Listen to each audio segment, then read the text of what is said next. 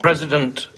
Monsieur le Président, merci de me donner la parole pour réaliser un exposé devant le Conseil de sécurité aujourd'hui et qu'il me soit permis également de remercier et saluer Son Excellence, le représentant permanent de la Libye auprès des Nations Unies.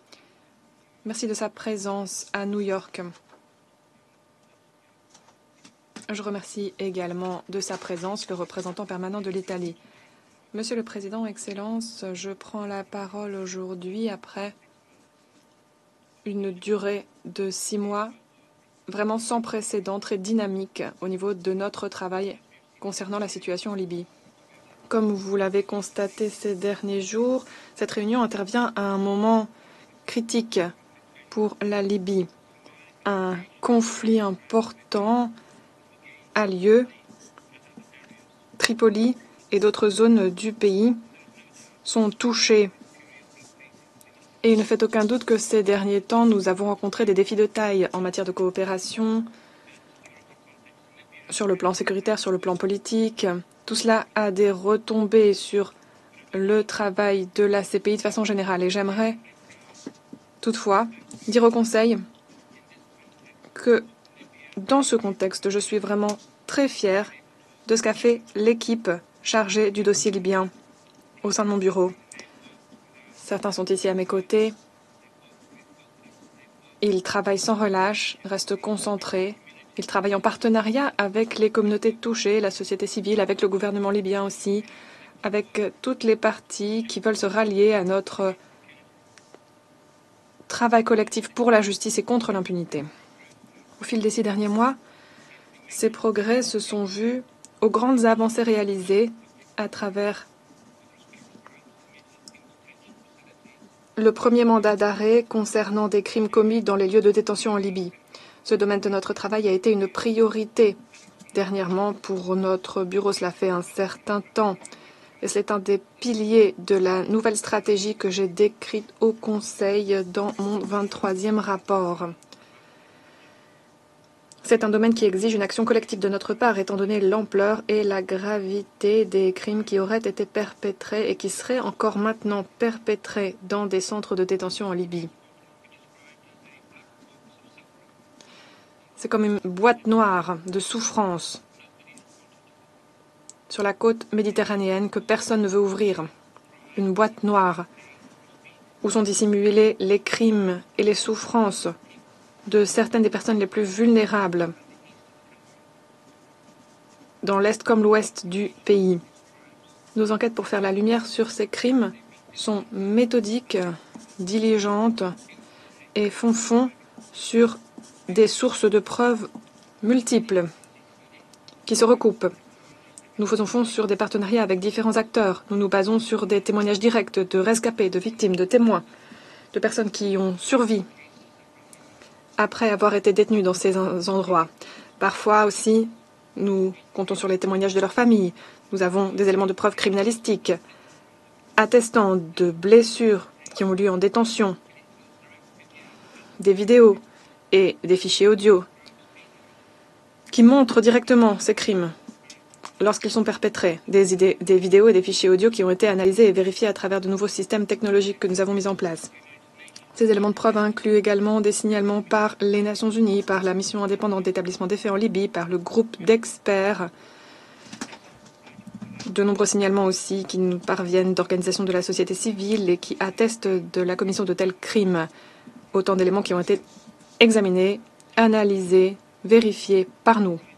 De très nombreux documents officiels, différentes sources, différents éléments de preuve, y compris sur les réseaux sociaux, et aussi des images satellites montrant des mouvements sur des lieux de détention à différents endroits en Libye, montrant aussi que certaines localités où, selon nous, ces crimes sont perpétrés ont été élargies. Sur la base de ce travail minutieux, nous sommes parvenus à ce moment d'espoir, ce moment de promesse. Lorsque M. Osama El-Masri Najin a été arrêté par les autorités italiennes le 20 janvier 2025 après un mandat d'arrêt de la chambre préliminaire numéro 1 de la Cour pénale internationale présenté sur demande de mon bureau. Pour la première fois, nous avons aperçu la lumière au bout du tunnel. L'espoir de voir la vérité l'emporter. Un espoir pour les victimes des crimes qui ont été perpétrés.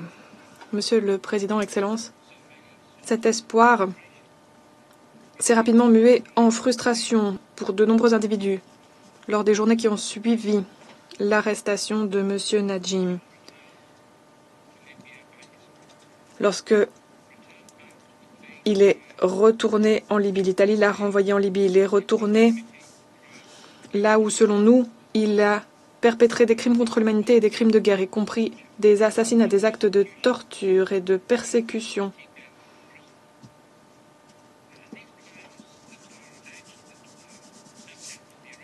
Et ces crimes, sur la base desquels la Chambre préliminaire a présenté son mandat d'arrêt, qui aurait été perpétré par M. Najim personnellement, ordonné par lui ou commis avec son aide par des membres des forces spéciales de dissuasion, nous préoccupent au plus haut point. Ce sont des crimes très graves. Souvent, les victimes étaient emprisonnées en raison de leur confession, de leur religion. Nombre de victimes que nous avons identifiées ont été prises pour cible simplement en raison de leur opinion, d'une opinion différente, ou parce qu'elles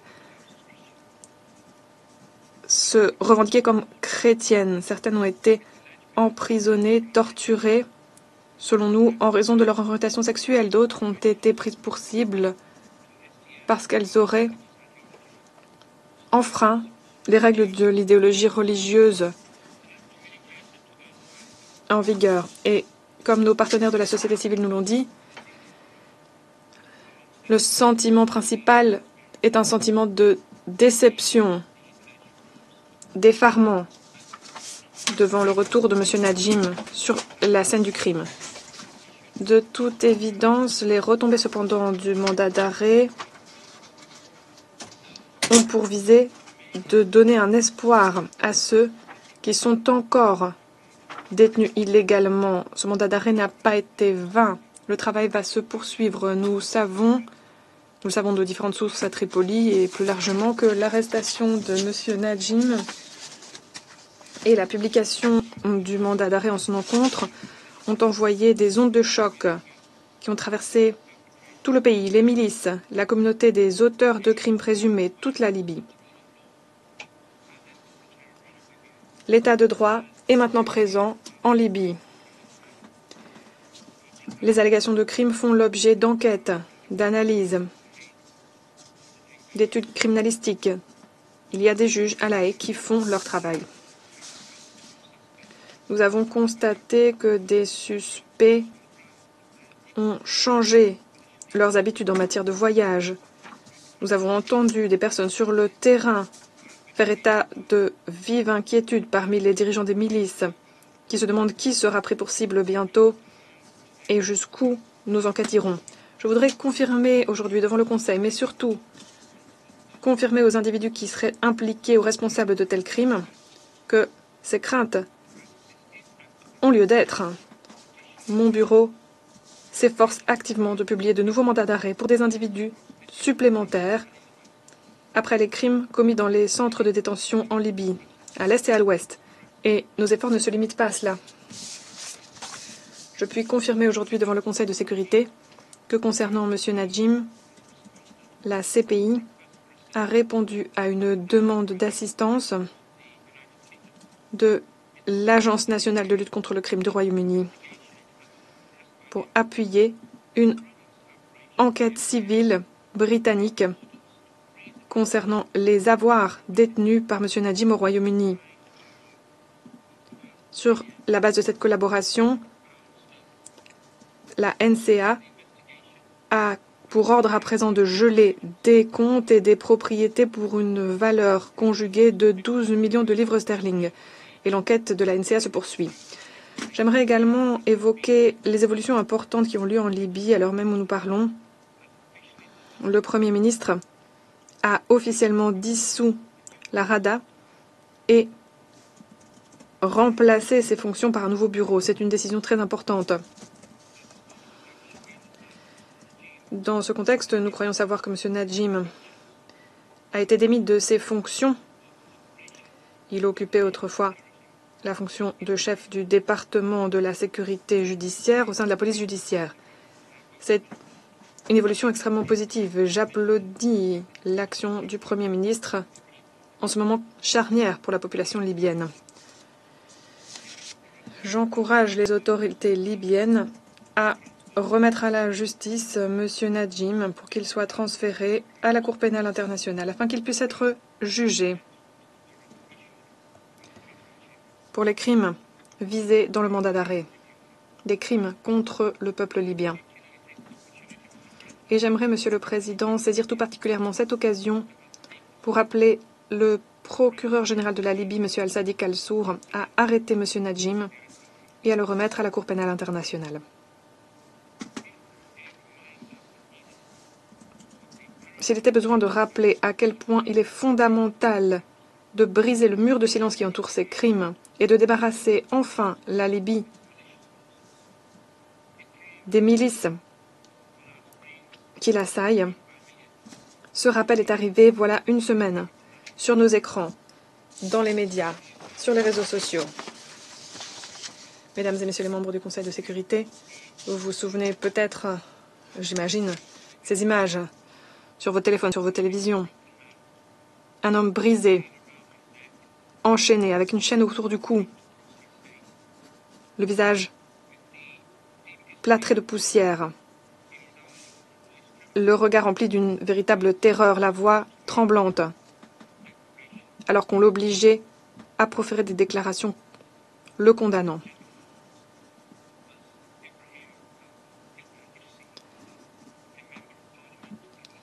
Cet homme, c'est Ibrahim El-Disri, parlementaire dans l'est du pays. Son crime, il a osé donner de la voix pour le peuple libyen, défendre ses valeurs. Il a osé rêver à une Libye où toutes et tous pourraient jouir de droits. Sa disparition à Benghazi est une affaire dont j'avais fait état dans mon dernier rapport présenté au Conseil de sécurité. J'avais décrit l'ampleur des souffrances semées à travers ces disparitions et ces détentions arbitraires en Libye. Aucun d'entre nous, Monsieur le Président, ne sait ce qu'il est devenu. Je ne sais pas quel a été son sort. Clairement, d'après les vidéos, il a été torturé.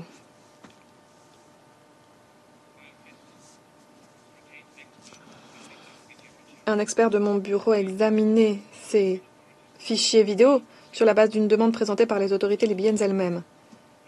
Et nous pouvons affirmer, sans peur de nous tromper, que ces vidéos sont authentiques. Nous continuons de travailler avec les autorités libyennes. Nous analysons d'autres vidéos qui font état d'une gamme de crimes atroces qui, selon nous, donc, ont toujours lieu aujourd'hui en Libye.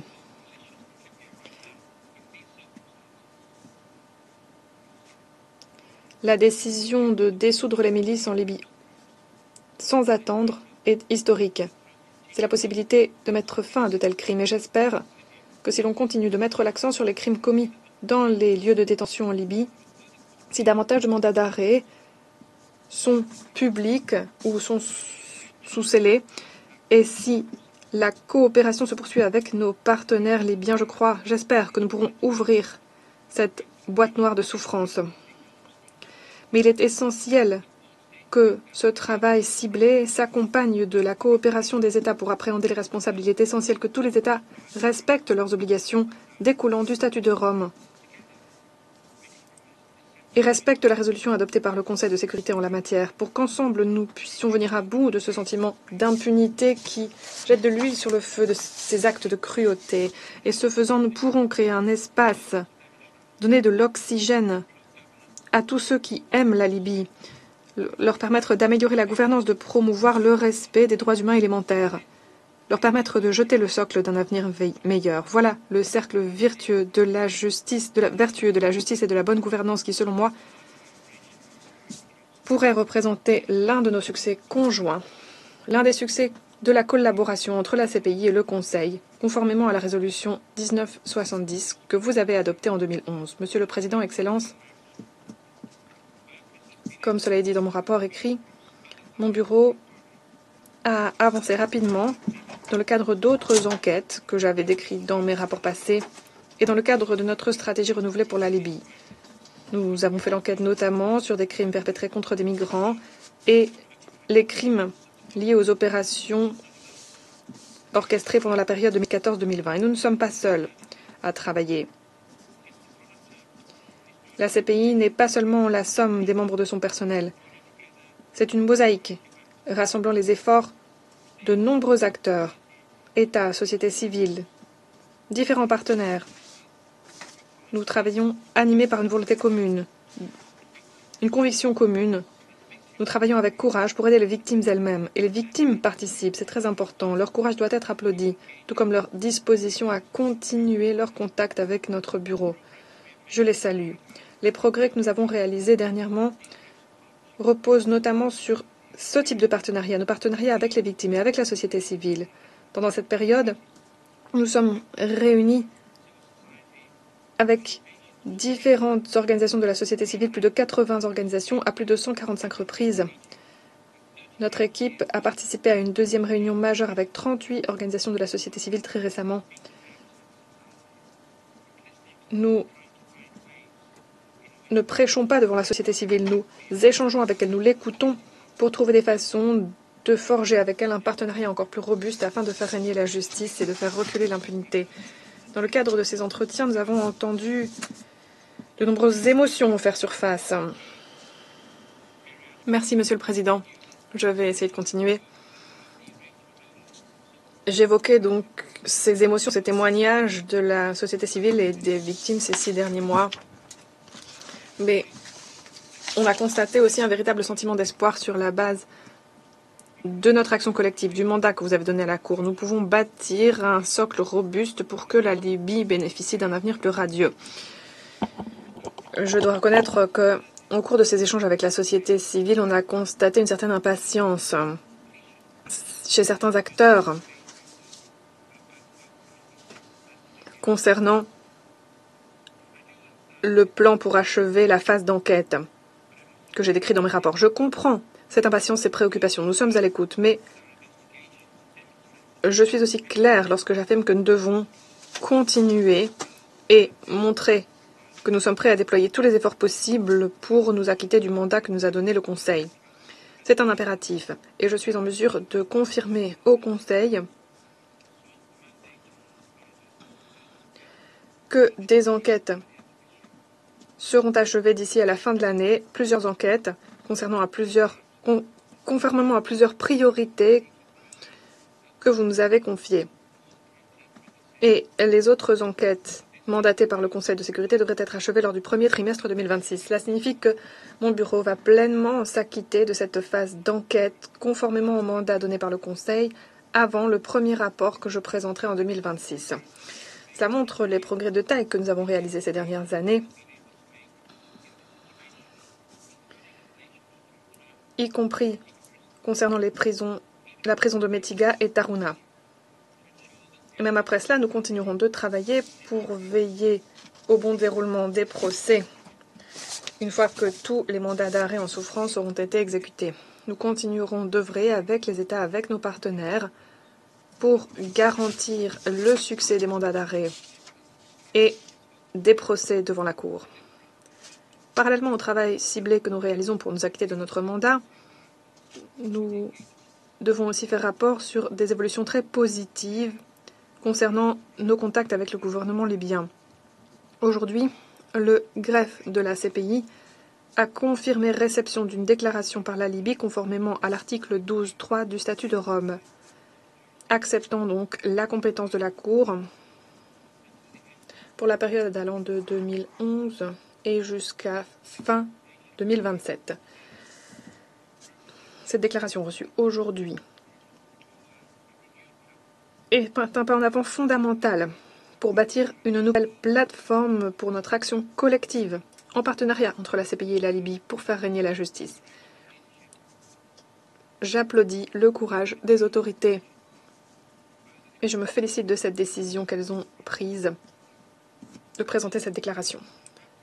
Conformément à la pratique établie, Mon bureau va maintenant examiner cette déclaration, puis agir en fonction du statut de Rome. Mais je voulais déjà dire aujourd'hui que je pense que cette étape nous permettra d'aller de l'avant dans notre travail, sur une base commune reposant sur la collégialité, la coopération vers un même objectif, la justice.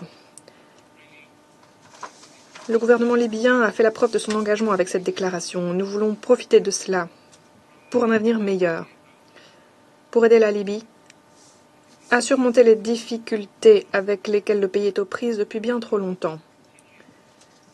Mon bureau continuera ses activités mandatées pour les achever, conformément à la résolution 1970. Et ce faisant, nous entamerons ou envisagerons déjà un nouveau chapitre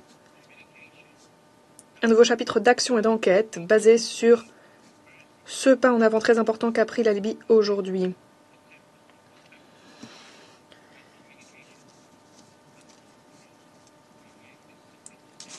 Cette décision souveraine prise par la Libye montre les fruits de notre attitude de dialogue. Cela signifie également que les auteurs de crimes, ceux qui se rendent coupables de crimes aujourd'hui en Libye, doivent bien comprendre qu'il n'y a pas de lacune, il n'y aura pas de vide. L'environnement est à présent caractérisé par la solidarité, par ce nouveau partenariat entre la Libye et la CPI. Ce nouveau partenariat visant à rendre justice à la population libyenne. Je suis convaincue qu'en œuvrant de concert, nous pourrons en faire encore plus. Nous pourrons faire en sorte que ces lieux de détention, le théâtre de trafic de personnes, seront changés par notre travail. Que ceux qui depuis trop longtemps attendent la justice, que ceux qui ont perdu des êtres chers, aussi seront changés par les fruits de notre travail. Et j'aimerais remercier tout particulièrement le président Menfi et le premier ministre Dbeibah pour leur appui robuste à l'action de la CPI pour mettre fin à l'impunité en Libye. Nous sommes tous disposés à travailler en partenariat avec eux et il nous tarde d'ouvrir de nouvelles portes, de jeter de nouveaux ponts, de nouveaux canaux de communication pour que justice soit faite après les crimes internationaux perpétrés en Libye. Et ce faisant, je crois que nous jetterons des bases plus robustes pour la paix et créerons davantage d'espace permettant aux acteurs qui veulent le meilleur pour la population libyenne d'agir. Et je suis très heureux que la Libye et le bureau du procureur vont maintenant pouvoir continuer leur travail, la main dans la main, sur cette base renouvelée pour la justice, la paix et la sécurité, et pour le respect des droits de la population libyenne.